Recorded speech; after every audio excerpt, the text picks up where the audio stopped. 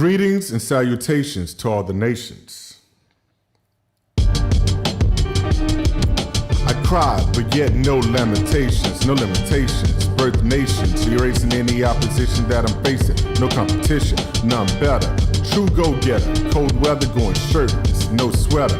Catch a cold, take an Alka-Seltzer. Possibly the youth in me fell in love with vanity, trying to defend myself in a world that was constantly attacking me.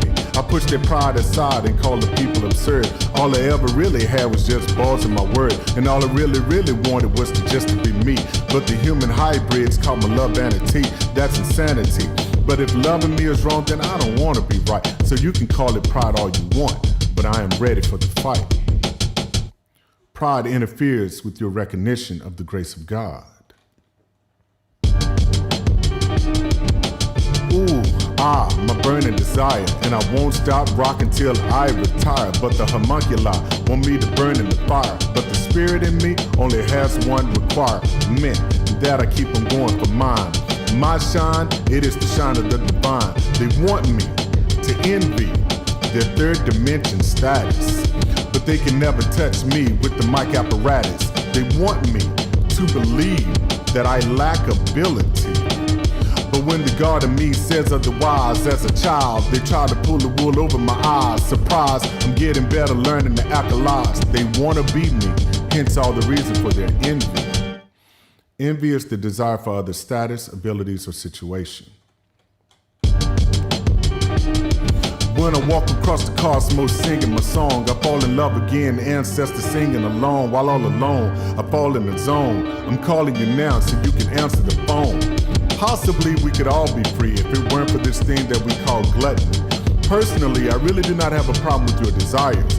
All I really ask is that you learn to control your fire. For example, are you willing to kill and oppress to be the best at the glory of overconsumption? Or do you feel I have made the wrong observation? Gluttony is an inordinate desire to consume more than that which one requires. My plight, to follow the light, even as I begin. I'm pretty sure by now you know I'm just describing the sins, trying to atone, trying to make an amends. Better yet, amen or amen raw. The sun god appears in the south. You're saying to yourself, what is he spitting about? Oh, you should be able to hear it, as I have summoned an ancestral spirit. And we begin to spit as one as I begin my awakening.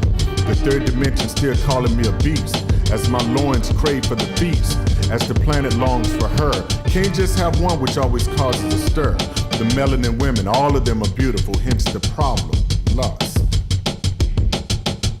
Lust is an inordinate craving for the pleasures of the body.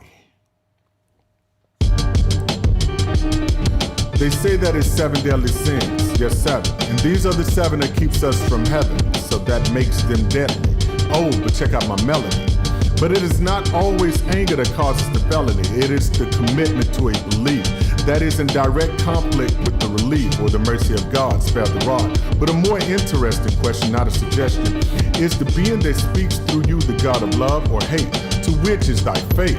Love forces you to vibrate at a higher frequency, whereas hate is an intense dislike for something or someone.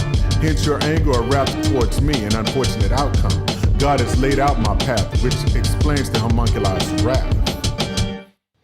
Anger is manifested in the individual who spurns love and opts instead for fury. I end as I begun. I am only one of the children of the sun. There are 7 deadly sins, and here the song ends with the last 2. Greed is the desire for material wealth or gain, ignoring the realm of the spiritual, avarice. Sloth is the avoidance of physical or spiritual work. It turns out that I've been a sloth all along. Or maybe I've been working my way through the 7 and still working.